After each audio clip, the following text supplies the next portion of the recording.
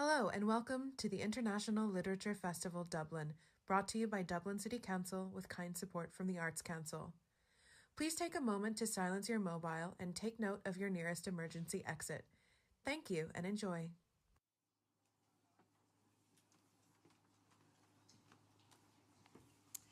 Good evening, everyone. I'd like to welcome you in person and online to the 30th Dublin Literary Award Winner in Conversation event here in Merrion Square Park at the International Literature Festival Dublin. Yesterday, The Adversary by Canadian author Michael Crummey was announced as the Dublin Literary Award winner from a long list of 71 titles from libraries in 34 countries and chosen from a very strong shortlist of 6 novels. Michael Crummey received the most valuable prize in the world for a single work of fiction in English from the Lord Mayor of Dublin, Madeleine, the patron of the award, which is sponsored by Dublin City Council. The prize awards excellence in world literature. Once again, thanks to our international judges, Professor Leonard Casuto, Nidizak Ariaib, Fiona Z. Gerbrand Bacher, Martina Devlin, and non-voting chair, Professor Chris Marash, the Seamus Heaney Professor of Irish Writing. We will now hear from the winner of this year's Dublin Literary Award, Michael Crummey, for The Adversary, published by Knopf Canada. The winner will be joined by Madeleine Keane, literary editor for the Sunday Independent, writer, travel journalist, and chair of Children's Books Ireland. So please put your hands together now and welcome Michael Crummey, winner of the 30th Dublin Literary Award, to the stage.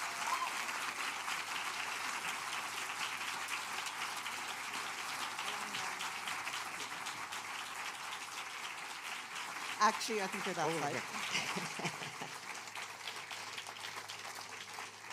I'm still being told where to go. That's the way of it in Dublin. Good evening, everyone, and welcome to Speranza. Michael Crummey is the author of 7 books of poetry and a collection of short stories, Flesh and Blood. His first 2 novels, River Thieves and The Wreckage, among various nominations and awards, were both long-listed for the Dublin Literary Award, while his third, Galore, was shortlisted for the award. His books have won innumerable prizes and plaudits, and he is a best-selling author in his native Canada, and further afield after this week, I would imagine. His novels Sweetland and The Innocents were followed by The Adversary, yesterday announced as the winner of the 2025 Dublin Literary Award. Please give him a very warm Irish welcome. Thank you.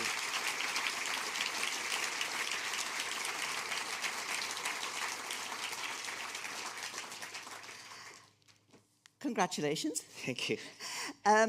Before the shortlist was made public, I read that you said you thought, this maybe could be my year. And then you saw the shortlist and you said, maybe not. I want you to relive the moment when you got the call to pack your bags for Dublin and that you had one. It was. By that point, I had assumed that the winner had heard weeks before. So honestly, I had stopped thinking about it. And I had dropped my wife, who was at sea at the moment. She's a wildlife biologist. She's somewhere in the Labrador Sea on a 5-week research trip. I dropped her at the airport so she could get off on that trip. And then I was packing my bags to go to Quebec. I was flying out right after her. And the phone rang, and I didn't recognize the number. So I almost didn't pick it up because I was in a rush. But I did answer the phone, and it was my editor, one of my Marthas, yes. Martha Kenyon-Forstner, my longtime editor and the publisher at Knopf. And I knew when I heard her voice why she was calling, but I could not believe that was possible. And then after we spoke, I had to get in the car and drive to the airport. I should not have been driving. And my wife's plane, and of course I had to keep the secret for a month. And my wife's plane had been delayed long enough that I got to see her at the departure gate. And so we had our little moment there, and then she went off to board her plane, and I walked about 10 feet, and I ran into somebody I grew up with who said, "Did you win or what? Did you win?" And I thought, there's no way I'm going to be able to keep a secret in this town. Like, it's just not possible. So I've been lying through my teeth for a month, and it's such a relief to be able to say it to people. Shall we get the vulgar question out of the way? Sure. The money. What are you going to do with it? And by the way, I love that, okay, it's 100,000 euro. That translates apparently into 154,000 Canadian dollars, which sounds really fabulous. I mean, I know it's the same amount, but you know what I mean. Yeah, it's pretty fabulous. You know, I don't want to overstate this, but like good news in the life of a writer is a rare and wondrous thing. And good news of this sort is so far beyond good news that I keep thinking that this is a really elaborate practical joke, and that at the end of this event, someone will say, "Oh, we gotcha, we gotcha." So if the money actually comes through, I've tried not to spend it in my head. I've almost spent it for you for caring, actually. I'm hoping, I have never been able to do this, but I'll be giving a little bit of money to our daughters. My mom has mom's 85. She spent Christmas in Hawaii, and she rides motorbike with my brothers, and she has a travel fund, so I'll make a little donation to her travel fund. I have a surprise for my wife's birthday, which is in the middle of June. And beyond that, I have always wanted a little wood-fired sauna. I used to spend some time in northern Ontario where there are a lot of Finns. And they all had these wood-fired cedar saunas. And it was, and the one that I used was right on a lake. And so you'd come out of the sauna and into the lake. And it's the closest thing I've ever come to having a religious experience. So I've always wanted something like that, and it was just never something I could consider. So now I'm considering it. I love it. Yeah. And it will also just make it possible for me to keep writing. Well, that's the thing, isn't it? Yeah. The freedom, you know, takes that monkey off your back. For a while, yeah. Well, I mean, I quit my job, my day job, when I sold my first novel. And Martha Kenyon Forstner, she was my editor on that book. And they bought it for what seemed to me at the time like an astonishing amount of money. So I quit my day job. And when I look back at that now, I think, what were you thinking? Yeah. But that always felt like a temporary thing. Like I always assumed at some point I was going to have to go to the corner store and ask if they were hiring. But I am sneaking up on retirement age. So winning this at this point in my life thinks I might make it without actually having to do a 9-to-5 again. Well, it's lucky us is all I can say, because The Adversary is a marvellous book. The great thing about this award is, I will totally confess, I'd never heard of you. Yep. But so many people will have heard of you now. And I got to the end of the book, and I was talking to a friend of mine, and I said, you know that feeling when you get to the end of a book? And she said, yeah, you just want to start it again. It's so fabulous. I said, that, and I want to read everything else he's ever written. Which brings me to The Innocents, which was your book before this. Yep. And in a way, The Adversary has its genesis in that book. Yeah. Would you like to talk to that? Sure, yeah. It's really hard to talk about this book without talking about The Innocents, which is odd because you don't need to know anything about The Innocents. It's not a sequel. This is a standalone. It's a standalone, but they are companion books in my head. So The Innocents, when I wrote that book, it was just, as far as I was concerned, that was it. And it's a novel that's based on a true story. I found a little note in the Newfoundland and Labrador archives. And it was a note by, or I can't even remember, by or about a clergyman who was traveling around Newfoundland. And this was way back in the early years of European settlement in Newfoundland. Most communities were too small to have a church, so the clergy traveled. And in the course of his travels, he happened upon an orphan brother and sister living in a tiny cove on their own, quickly sussed out that the girl was pregnant, automatically assumed, and I'm sure he was quite right about this, that the brother was the father. And being a clergyman, of course, he got on his horse and came aboard of him. and the brother ended up driving him out of the cove with a rifle. That was it, one paragraph. And my first thought was, oh, now that's a story. And my second thought was, I am not touching that with a 10-foot pole. No, I did not want to write that book at all. So I didn't make note of it. I didn't write anything down. I couldn't find that paragraph again if my life depended on it. But I was haunted by those children. And I imagined that they had been orphaned before the changes that led to adolescence and then adulthood happened. So not only would they not have anyone to ask about what the hell is going on with me, they wouldn't even have had the language to ask those questions. That they would have been completely innocent of that world. And I wanted to write a book that did the exact opposite of what the clergyman did.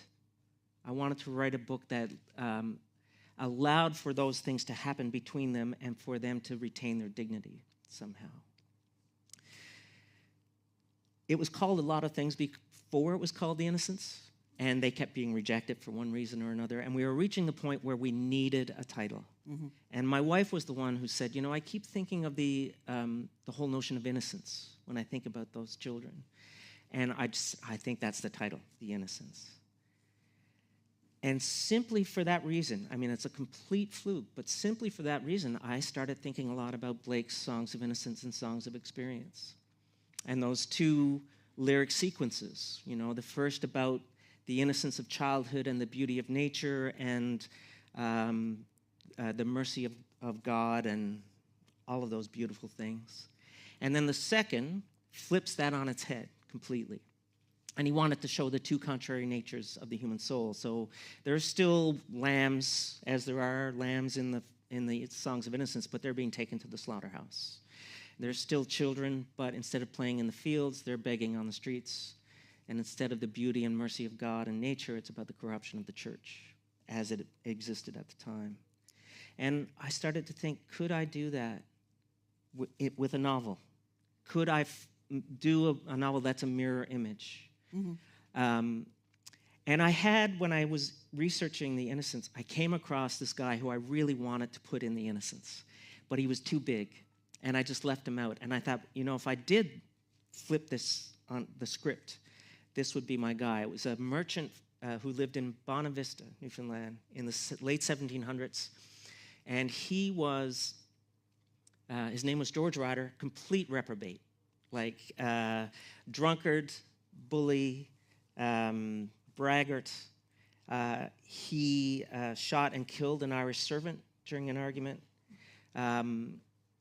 There were no consequences for that murder other than being named Justice of the Peace for the Bonavista area. The way you do, yeah. After he became Justice of the Peace, he went to St. John's and recruited a group of prostitutes and set up his own brothel in Bonavista, and everybody there hated him. And they signed petitions and wrote letters to the governor, and they could not get rid of this guy. And I thought that would be my man. But there was no story. I thought, okay, he is an arsehole, like from top to bottom. And that's putting it mildly. But to put it mildly, but what is the story? So I was stuck until I realized if this is a mirror image, then there has to be a sister. And as soon as that came into my head, it's almost like the book started writing itself. And so The Innocents is kind of a twisted Adam and Eve story, and this is a Cain and Abel story.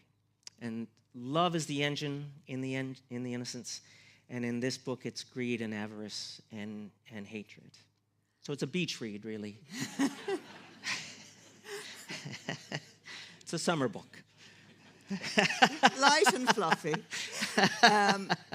And the brother and sister are brilliantly called, because if that's Adam and Eve, the characters, the two siblings in this, are Abe and the widow Cain's. So Cain and Abel. I'm not really subtle all the time. So the brother and sister in The Innocents are Ada and Everett. So, yeah. Will you read a little bit? I'd love to. Yeah. And I'm not going to read anything about the brother and sister. Okay. One of the challenges in writing a book about characters like these two, who are, I would say, narcissistic sociopaths. One is equally as bad as the other. The difficulty for a writer is that they do not change. They are exactly the same on the first page as they are on the last page. So for me, the novel was about all of the people around them. What happens in a circumstance where the power in a community is a black hole? Like the locus is basically a black hole, and you are going to be sucked into the orbit of one or the other. How do we make decisions about where we go? And so for me, writing the book was all about the characters around the brother and the sister. And there are a couple of children, youngsters, who were the only, for me, source of light in the book. And I had to force myself not to protect them. I made a decision when I started writing the book that I was not going to interfere. If I was going to set up this circumstance, I was never going to step in to protect somebody because I didn't want something awful to happen to them. There's a brother and sister, Bride and Solemn, whose father was murdered by Abe early on in the book. And there's also a young fellow who has been renamed since his arrival, Lazarus. And he grew up as a thief on the Thames in England and had gone to prison, and he'd been branded with a T. And he got out of being sent to Australia by agreeing to go to work for someone in Newfoundland. So I think that's all you need to know for that.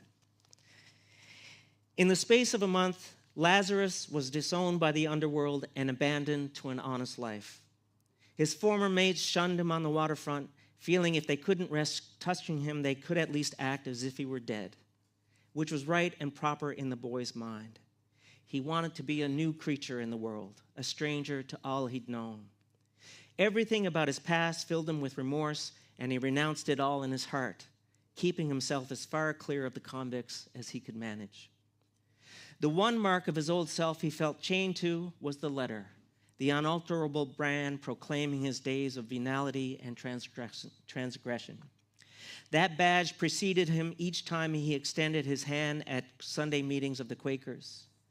It was like a letter of reprimand sent ahead of a sailor's every port of call, counseling mistrust and caution.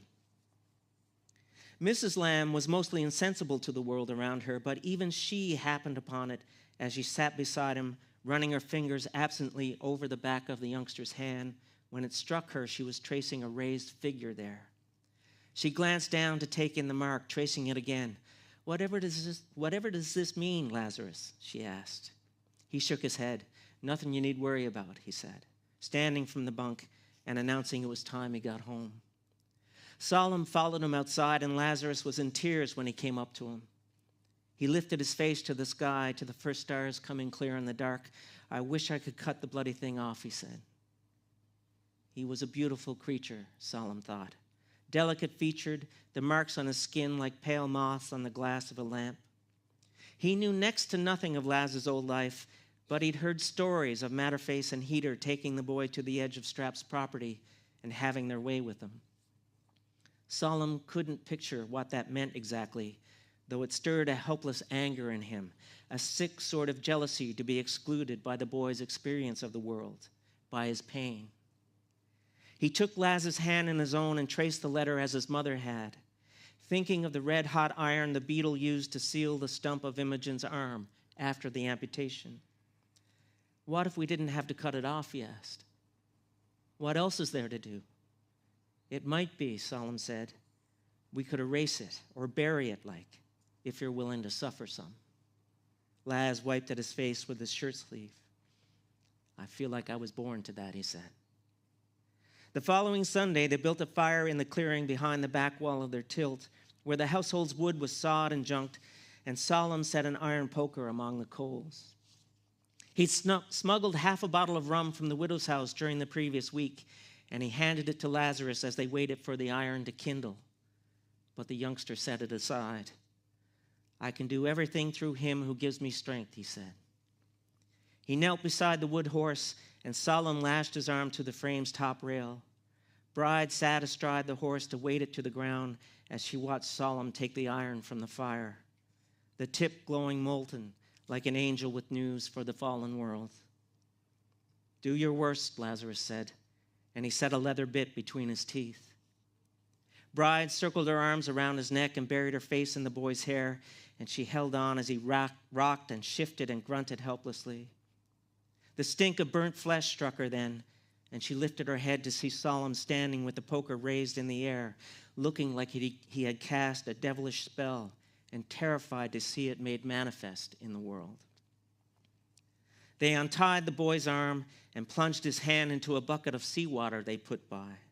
Solemn and Bride kneeling beside Lazarus to stroke his head and hold him as he wrestled with the vulgar shock of it. They were all crying in that tight clutch, amazed by the savagery of the moment, the wonder of it. They stayed like that until the worst of Lazarus' shaking had passed. He spit the soggy leather from his mouth and raised his head to gulp in the air as if he'd just surfaced from the ocean floor. He said, I might try a drop of that stuff now. Bride uncorked the bottle and he held it to his lips and he nodded against the liquid burn. Solemn took it from her and swallowed a mouthful, trembling himself to have offered that terrible cleansing upon his friend. Lazarus raised his hand from the bucket and turned it in the light to see what had become of the brand. The letters showed black beneath the raw marks scored into the flesh. That will look like nothing but noise once the scars set, Solemn said. Bride took Lazarus's face in her hands. What is old has passed away, she said. He plunged the acid sear back into the bucket and sucked air through his teeth. Amen to that, he whispered. Thank you very much.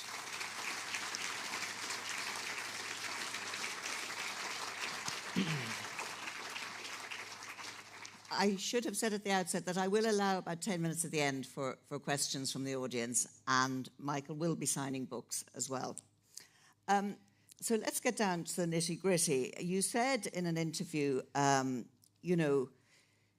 thinking about this book, you thought of, when the worst of human beings are in power, what happens? And you decided that what you were going to do was take the worst of the world as we have made it and compress it down and play it out in this tiny community in Newfoundland 200 years ago. And so one of the main characters is Abe, this greedy, venal, lying, stupid, narcissistic sociopath. But entertaining. But are there any contemporary relevances to that? I think some people have drawn some connections to the modern world. You don't say. I don't know if I would have drawn Abe in the way I had if I didn't have George Ryder to point to. And he was my model, but he just seemed so bang on to what we have seen in the United States of America in the last while, that it's inevitable that people are going to draw that conclusion. And the one thing that I think I took from the current president of the United States that George Ryder didn't have, there's no indication that George Ryder was a coward of any sort, whereas Abe Strapp is said to be the biggest coward that ever shat a turd. And to me, that is something that the president has that Mr. Ryder does not. So that was the one direct thing that I took from him and added to Abe's repertoire. And I didn't realize the first time I read it that, in fact, it was only when I did my research that Abe was based on this. There was a person who was that bad. And what your writing is so good that while he's a despicable character, it's like, when someone is, they nervously laugh in an uncomfortable situation. It's like he's almost comic, and yet, and like a car crash, you can't look away. He's compelling in his awfulness. Yes, and I have to admit, it's a weird thing to write a book like this and take pleasure in it. There's a certain, what was it Keats said about Shakespeare, that he had the negative capability. So he was able to inhabit the best of humanity and the worst. So he took as much pleasure in creating Iago as he did creating Juliet, for example. And there is a certain writerly pleasure in being able to put him on the page and to make him as awful as he is.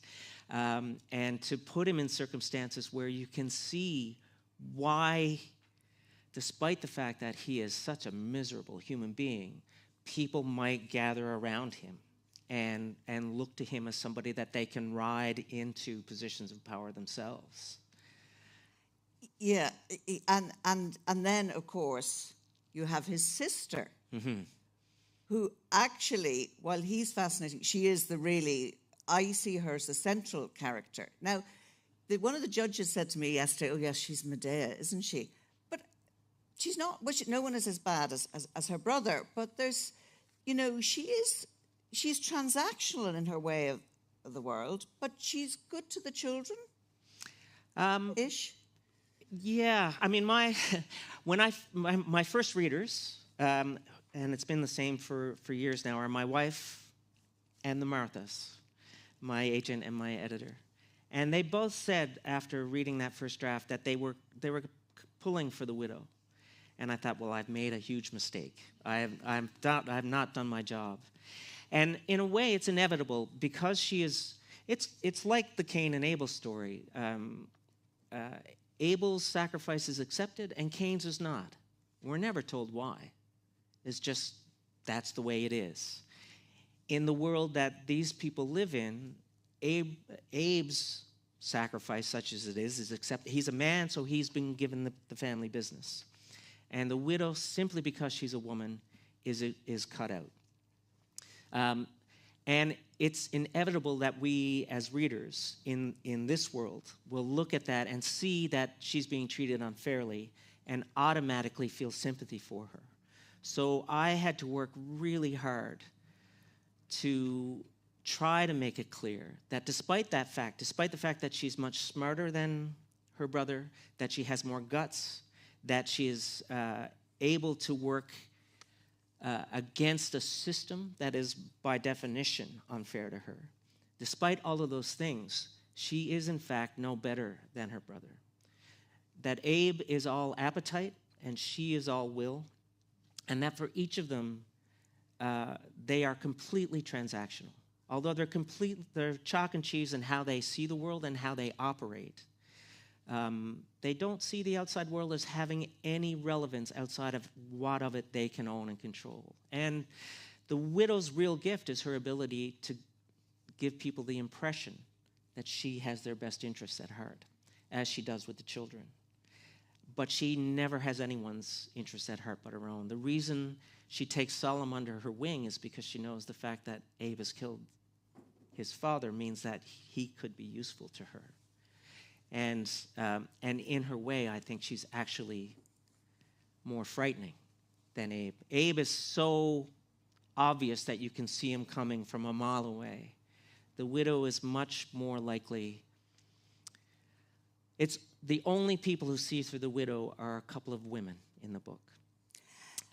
Yes, yeah. But if you think about the fate of so many of the women in the book, you kind of can see her point in a way, the widow Kane's. It is her gender that she's so constrained by, and women are chattels and vessels and just to be appallingly mistreated all the time. True, but I don't think that is the reason that she's a narcissistic sociopath. I think that she was that, and the world presented her with particular challenges because of her gender. Yeah. But one of the things I talk about in the novel is her habit as a young girl of collecting animals to draw, collecting Spanish tickles and frogs and birds and baby birds and things like that. But she never names them. When she's done with them, she feeds them to the hunting dogs. It's a proprietorial relationship she has with them. That's something that is in her from the beginning. and it's something that only gets worse as she gets older. So, you know, the point where things become very difficult for her, she has these birds in a cage that she takes out one at a time and breaks their necks and throws them into the fire. Those are the two, that's the brother and sister.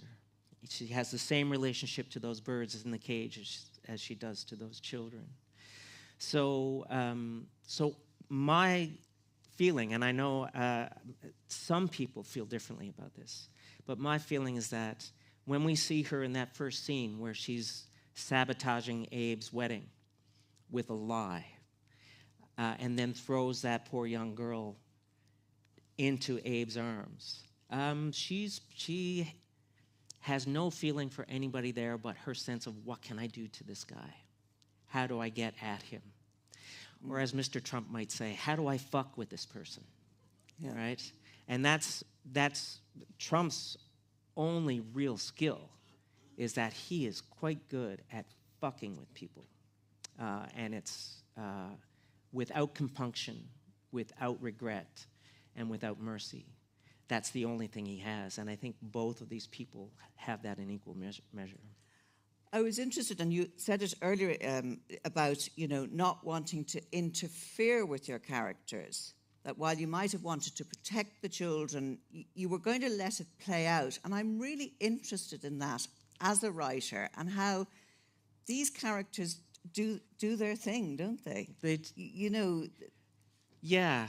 So I think one of the things that I've always wanted to do, and I think I tried to do in The Innocents, like my deliberate reason for writing that book was to, at the end of the book, I loved those children, and I wanted a reader to love them as well. And I wanted them to come to that moment in their lives as fully human, dignified people.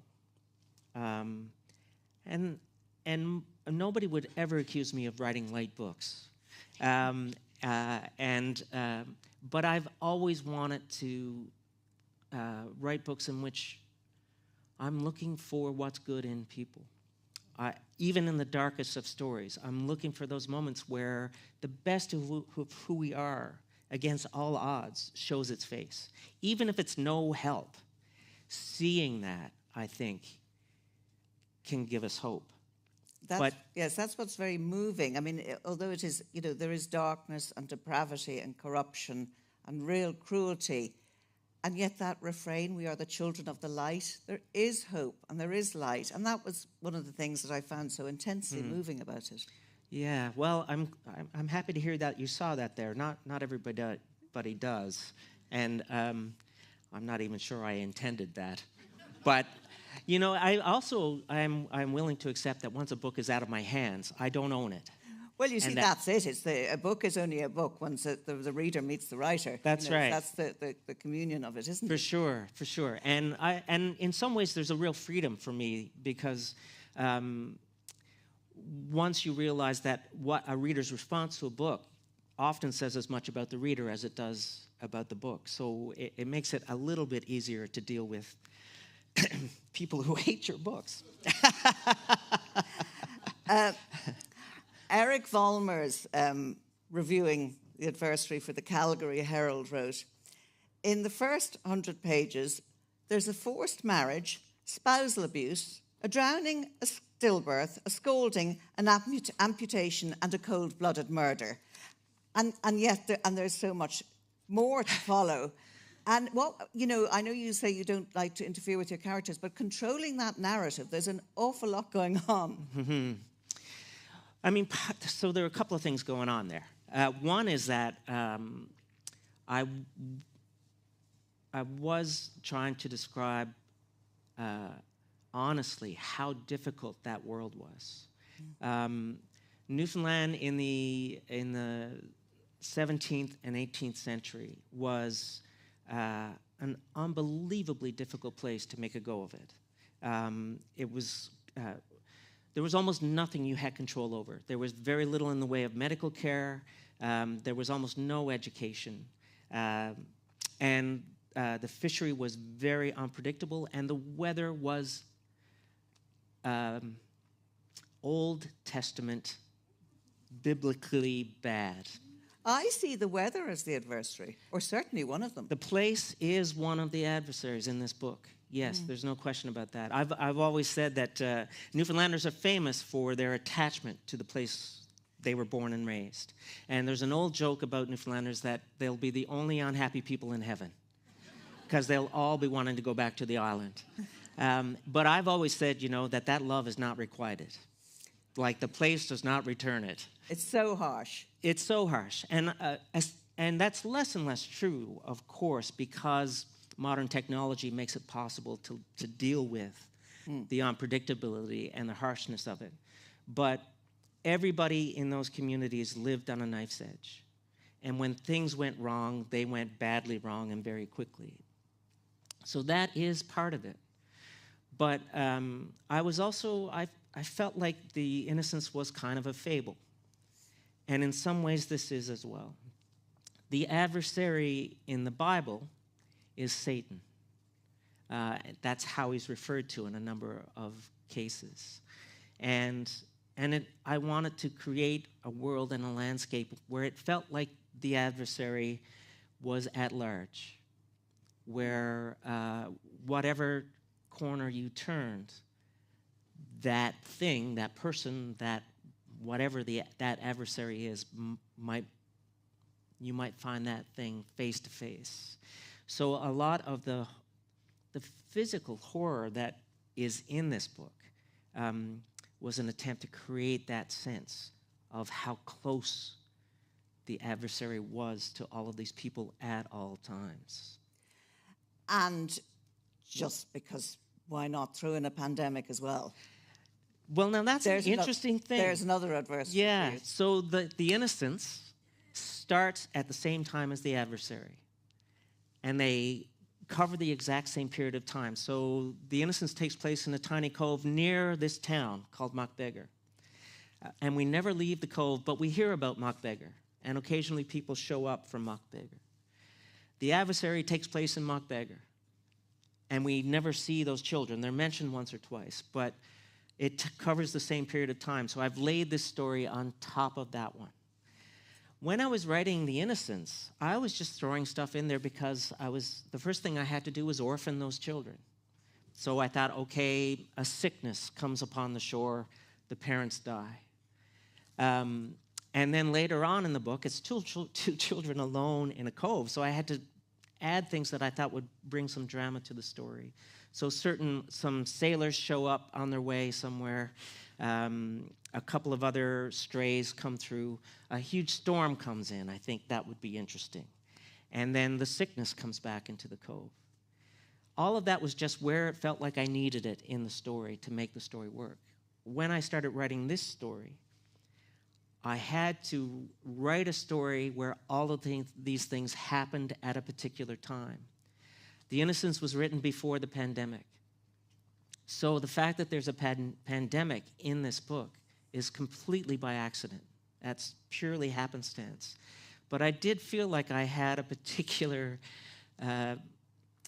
experience of the world that allowed me to talk about what is it like in a community where people are locked down because it's dangerous to go outside. And how do people respond to that? How do people in positions of power, how do people who are going to lose money because of this lockdown respond to that sort of thing? But again, it was simply because I had no choice but to put that in there because of the previous novel.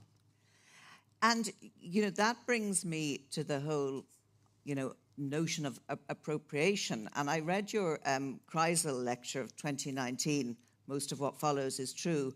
And, in it, you ask the question and answer, what do I owe to the history and the historical figures I write about? Are there limits to the liberties I can take?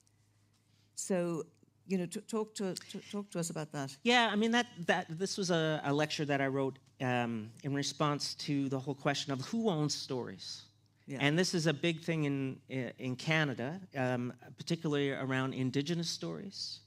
Up until very recently, the story of the people who lived in those landscapes before Europeans arrived has been told by the Europeans who settled there. And there's a big movement among the indigenous communities to say those stories belong to us, and we should be allowed to tell them. And our story of what happened is very different than yours. In Newfoundland, we have a smaller experience of that, where it's been a primarily oral culture right up until my mom and dad's generation. But there have been a number of what we call come-from-aways, people from the mainland who come to Newfoundland to fish or to canoe or whatever, and they stay a few months, and then they write a book about Newfoundland, and it wins the Pulitzer Prize and sells a zillion copies. And some Newfoundlanders are like, that is not your story. Like, we haven't had the chance to tell it yet, and you're getting it wrong. And so I think that there's a real question about where, and on top of that is the question of, if you're writing about the past and about real people from the past, do you have the right to, like, put them in a book and say, this is what they thought, this is what they said to this person at this time?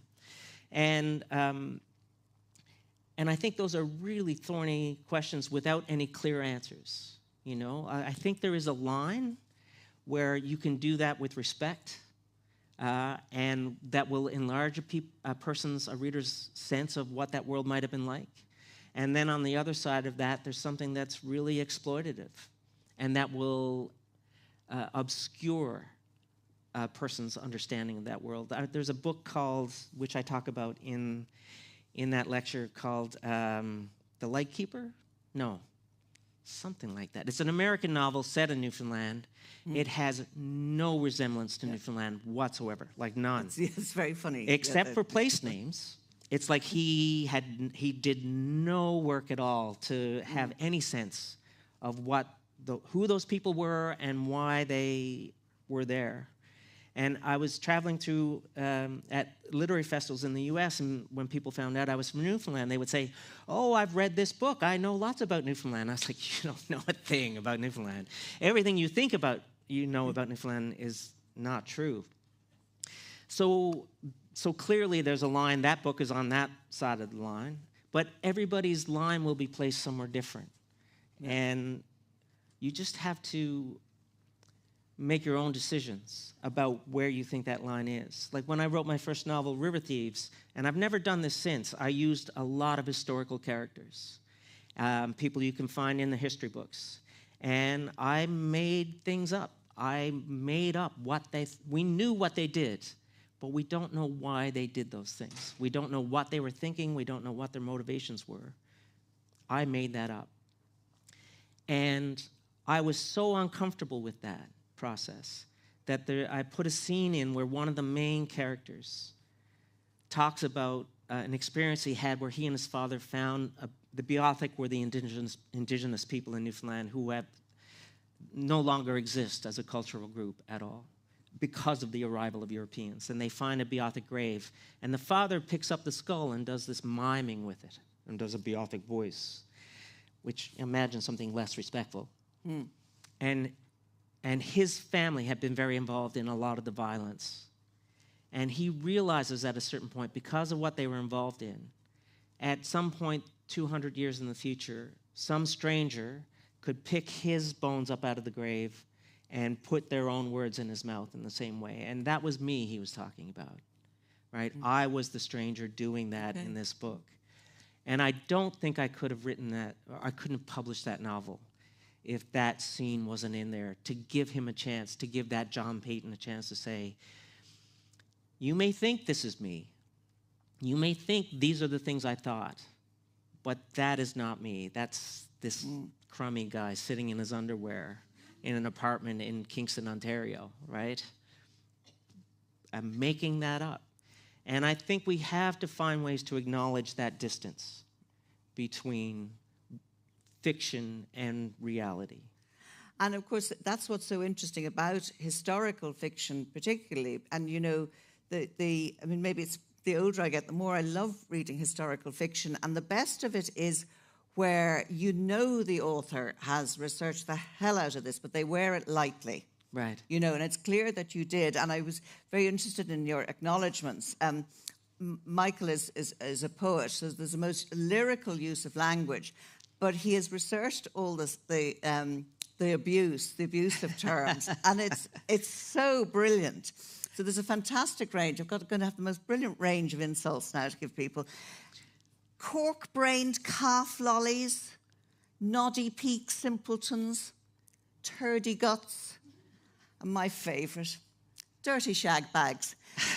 Did you have great fun doing that? I had so much fun doing that. And I do think that people have often asked me about the difference between the darkness of the material and in some ways, the beauty of the language and the playfulness of the language. And I was hoping, and this was true for me as a writer, I was hoping that the language would be a refuge for readers. Like the language would be a place that readers could get some relief from the darkness of the material. Yes, because it does bring a comic lightness to what is, dark material. And also, I mean, I was writing about when I was writing about those storms that come through and the rage of the ocean, for example. There is a real beauty in those things, a terrible beauty, as Blake would say. And I really wanted to communicate that. But one of the books that I have had on my desk for everything I've ever written is the Dictionary of Newfoundland English. And it's one of my desert island books. It's an incredible work of scholarship. It's about 600 or 700 pages long. And it just, it includes all of the ways that the Europeans who became Newfoundlanders adapted and added to the English language to fit the world that they lived in. Just unbelievably creative, unbelievably joyful in its way. But I realized when I was writing The Innocents and The Adversary that they're set so far back in Newfoundland's European history that most of the characters would be European, not Newfoundlanders. So I went looking for something like that dictionary for Europeans. And I found, and as I always say, God bless the internet, I found a dictionary of the vulgar tongue. And vulgar just meant common at the time. So it was the language people spoke on the streets and in the bars and in the brothels. And but there was plenty of vulgarity in there. And I just pillaged that thing. Like whenever I had 2 or 3 people having a conversation that had any kind of edge to it, I went back to that dictionary over and over and over again. And there's one scene in the book where after Abe has brought the prostitutes back to his hometown, set them up in his childhood home, which is going to be the brothel, and the madam is asking, well, how many bedrooms are upstairs? And he says, well, there are 3 upstairs, and there's also the servants' room at the back by the kitchen. And she says, oh, the servants' room, that's seen its share of of click-it, I imagine. He doesn't know what it means. So she tries something else. And then she goes through this whole list of words that they have for describing the act. And can I do it? Yes, yeah. The servants' room, yes. It has seen its share of the good old trade of basket making, no doubt. Abe stared blankly. The blanket hornpipe, she said. The goat's jig. Click it. Making feet for children's stockings. And these were apparently... That was how people talked about having sex. And the only reason that scene is in there was because I wanted to list all of those ways of... It just seems so... I was so entertained by how people spoke. And I do think that was in Newfoundland. That was absolutely true. And I think for people who did not have a formal education, how they spoke to one another was their way of understanding the world, but also entertaining themselves, you know? And you can see that in how people spoke, especially if they were upset with one another. Yes. Yeah. You have great fun with this. Before I open it to the audience, you at the end of the book in the acknowledgements, you ask, a hallelujah for your agents and your editors. Can we have a hallelujah for libraries? Absolutely. As I've said over and over since I've been here, I love libraries. And I grew up in a tiny mining town of about 1,500 people. and it was down 70 kilometers of a dead-end road, and there was nowhere at the end of that dead-end road, even then, that I think there was a bookstore when I was growing up. So libraries where books were. And I can still place myself on Saturday mornings in that room, just wandering around, taking books off the shelves at random and reading. And just the sense of possibility that library was. As a kid, it seemed massive to me. And I still feel that way when I walk into a library, that sense of awe and possibility. This book was nominated by the Newfoundland and Labrador Public Libraries for this award. And being here and winning an award that was established by and is run by librarians, it feels like a full circle moment. So the money is very nice, but the association of libraries with this, it just makes me incredibly grateful to be here and to be part of this. And as are we to that little boy in that library all those years ago. Yeah. Let's let you have your say. Are there questions for Michael? I don't know, has anyone read the book or any questions? Now, once the first, there's some hands. Are there some hands going up? Did I see one? Yeah, there's a lady yeah. Hi. I don't think this. Yeah, it's on now. Okay, great. Sorry. I meant to ask because I think it's kind of funny how Canadian literature can be a little separate from other Anglophone literature. The only author that I'm really familiar with is Alice Munro, and I kind of was wondering, for someone unfamiliar with Canadian literature, what would you say? Here's where you should start. Right. Wow. Boy, I mean, if you had asked me that 20 years ago, I think it would have been a much easier question to answer, because it does feel like in the last 20, 25 years, there's been an explosion of just phenomenal writers. And it's almost inappropriate to say Canadian literature now, because it's more like Canadian literatures. You know, there's an unbelievable number of Indigenous writers. And I'm not going to remember names, so I'm not going to try and name them. But that is one of the major branches now of Canadian literature in the last 20 years. There's Western Canadian writers. There's Quebec and Quebecois writers. Newfoundland in the last 20 or 30 years.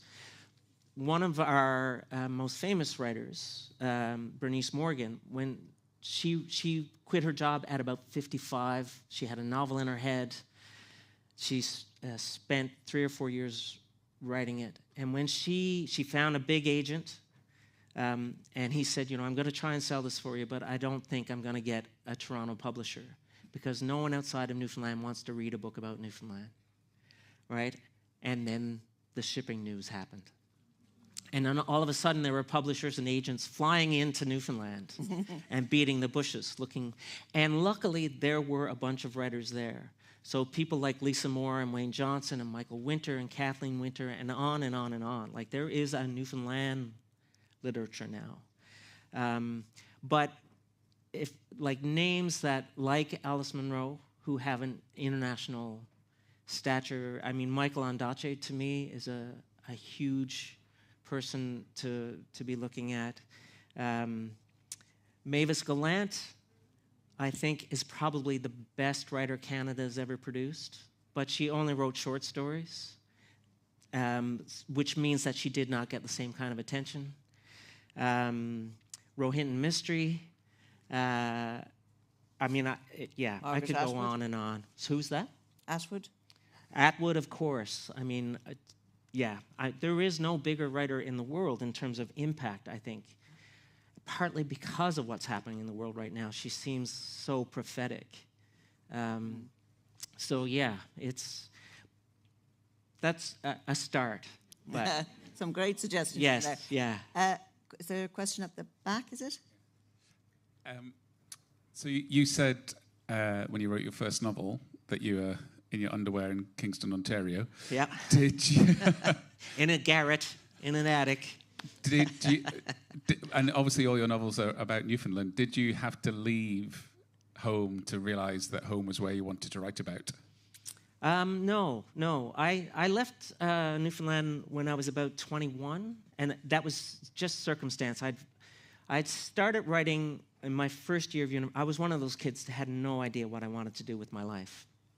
And I went to university because my parents, who did not go, they insisted. And I took general courses, including English, and we did all poetry in that first term. And I don't know why, but I decided that's what I was going to do. But you couldn't tell anybody that. Like, that was very suspect. And also, like, I was a kid from Buckins. Like, who the hell did I think I was? So I wrote in secret for a long time, but I did an English degree as a way of feeling connected to the whole idea of writing.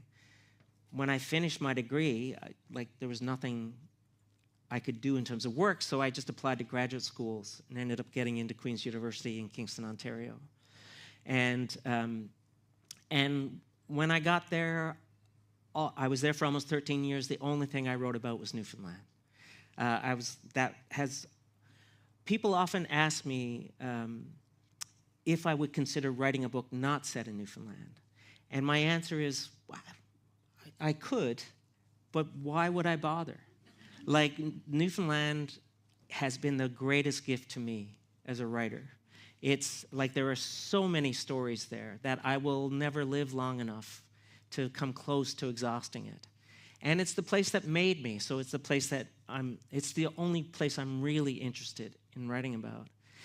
I will say, though, that I moved home about 25 years ago, and being there means that the books that I'm writing now about the place are much more genuine, I think. Because just walking around, I'm sure it's much like being here in Ireland, just walking around and listening to people talk is, I'm just constantly saying to people, can I use that? Do you mind if I put that in? And that just wouldn't have happened if I wasn't there. So I know that people like Joyce, a Newfoundland writer like Wayne Johnson, say they couldn't be here and write about the place, but that's not my experience at all. And I'm very happy to be home and writing about home while I'm there. Is there, yes, another question on this side? And would you mind standing up when you ask the question, please? A little dystopian message came on the screen. Ask them to stand up. Hi, I'd like to thank Dublin City Council for this terrific festival, for which they're to be applauded, and I'd like to thank you for a superb interview. I'm interested in, and I confess not having read the book, what you might have to say on the idea of power and how it might relate to its environment, whether it's contingent, how it relates to strength. It's an interesting topic. You must have given it a great deal of thought. Yeah.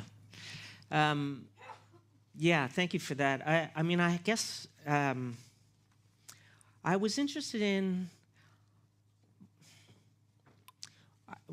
when Trump was elected for the first time. I can't count the number of times I heard some talking head say, we don't need to worry too much because there will be adults in the room and they will curb the worst of his impulses. And what we saw very quickly was that they were the adults in the room were either kicked out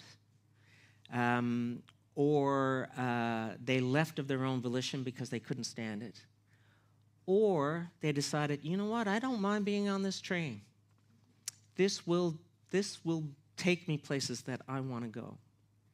And when I said that I was interested in this book and writing about the people around the two black holes of the brother and sister, I was interested to a large degree in the people who make decisions to say, I know who this person is. I know what they want and what they're going to do. And I'm going to hitch myself to that train. Like, I'm going to make the conscious decision to be part of whatever's coming. And there's power that corrupts, and then there's people who see that corruption is power. that's part of what appeals to them. You know, that serving a president who sees that there are checks and balances in place for a reason is one thing. Serving a president who believes there should be no checks and balances at all to their power opens up a lot of opportunities for people. And those people, I think, are a danger to everybody around them. And I think that's the world we're moving into. We're moving into the possibility of something like a global kleptocracy, you know, where Russia is the model. That's what Trump wants in America. I think that's what Erdogan wants in Turkey. I think that's what we're seeing in Hungary. I think to a certain degree in Israel we're seeing that. And I think the list is endless. Brazil was going down that road. And what the second election of Trump means is that the people who want the world to look like that will get comfort and aid from the most powerful country in the world. And that's a very, very frightening prospect to me. And I really don't know what the future holds. You know, the basketball term, jump ball, I think that's where we are. Like that, but the ball goes up and there's two sides that jump for it. And I couldn't say which side will land with it, which is not a very cheerful thought. But I do think that we're in that moment, you know, and the people in this novel are in that moment. And I keep thinking of that Dermot Healy novel, Sudden Times. We're in sudden times, and things will likely change very quickly for us in the next little while. And I'm not sure what those changes will look like. But that's why we need novelists and artists to help us make sense of it. And it's why so many people are here on a rainy Friday night in Dublin, where they could just as easily be down the pub. That's right. But they've come here to listen to you. So my thanks to a lovely, engaged audience and your super questions. Thank you to Michael for this marvellous novel. It's historical, it's dark, it's literary, and yet it is so accessible and compelling. And I'm just so thrilled I have a whole lot of reading now for the summer. Such light reading for the summer. Thank you very much, Michael. It's my pleasure. Thank you all for coming.